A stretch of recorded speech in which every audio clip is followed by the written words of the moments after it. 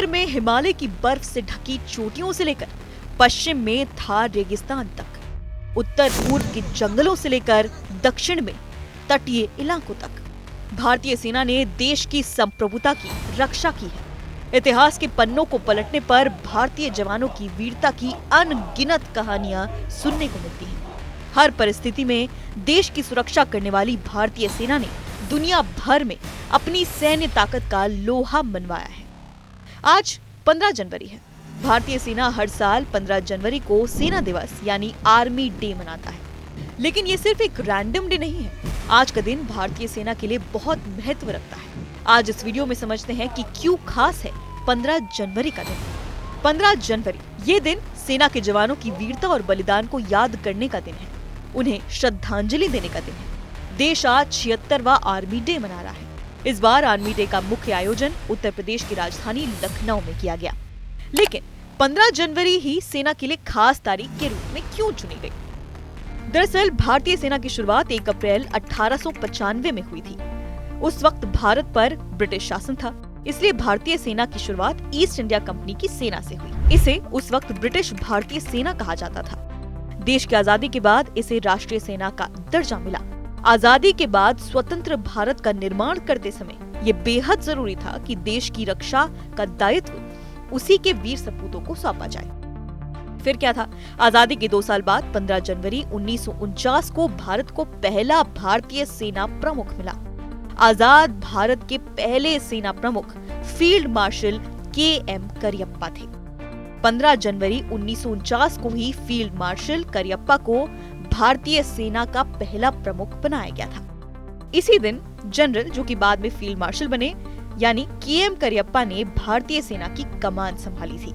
इसीलिए इस दिन यानी 15 जनवरी को भारतीय सेना दिवस के रूप में मनाया जाता है। भारतीय सेना के लिए ये बहुत ही खास तारीख है, क्योंकि उन्हें पहली बार सेना प्रमुख कोई भारतीय मिला था। इससे पहले सेना प्रमुख British commander general Francis butcher थे। चूंकि बाद में इसी रोज फील्ड मार्शल करियप्पा पहले सेना प्रमुख बने, इसलिए ये तारीख याद रखने के लिए इसे खास बनाया गया। बता दें कि फील्ड मार्शल के.एम. करियप्पा, जिन्हें किपर के नाम से भी जाना जाता है, उन्होंने 1919 में किंग्स कमीशन प्राप्त किया था और ब्रिटेन के सैंडहर्स्ट में रॉयल मिलिट्री कॉलेज में भारतीय कैडेटों के पहले समूह का हिस्सा बने थे। फील्ड मार्शल करियप्पा क्वेटा के स्टाफ कॉलेज में दाखिला लेने वाले पहले भारतीय बने और बटालियन की कमान संभालने वाले भी वो पहले ही भारतीय थे। 1942 में करियप्पा ने 7वीं राजपूत मिशन गन बटालियन की स्थापना की, जिसे बाद में 17वीं राजपूत के नाम से जाना गया। 1986 में के.एम. करियप्पा को फील्ड मार्शल के पद से सम्मानित किया गया। फिर वो आजाद भारत के पहले सेना प्रमुख बने। वो 14 जनवरी 1953 तक इस पोस्ट पर रहे और फिर रिटायर हो गए। साल 1993 में 94 साल की आयु में उनका निधन हो गया। चलिए अब जानते हैं कि इस दिन खास क्या होता है देश में। इस दिन देश भर में सभी सेना मुख्यालयों और राष्ट्रीय राजधानी में सेना परेड का आयोजन किया जाता है। ये परेड सैनिकों के अनुशासन, शौर्य और देशभक्ति का शानदार प्रदर्शन होता है। सेना दिवस की मुख्य समारोह का आयोजन यूजुअली दिल्ली छावनी में होता है, लेकिन कभी कभी ये बाकी जगहों पर भी हो जाता है, जैसे इस बार का आयोजन लखनऊ में हो रहा है। यहाँ पर भारतीय सेना प्रमुख परेड की सलामी लेते हैं, जो कि एक सम्मानजनक परंपरा है। इसके अलावा विभिन्न सैन्य प्रदर्शन, सांस्कृतिक कार्यक्रम और रक्षा उपकरणों के प्रदर्शन के जरिए भी सेना दिवस मनाया जाता है।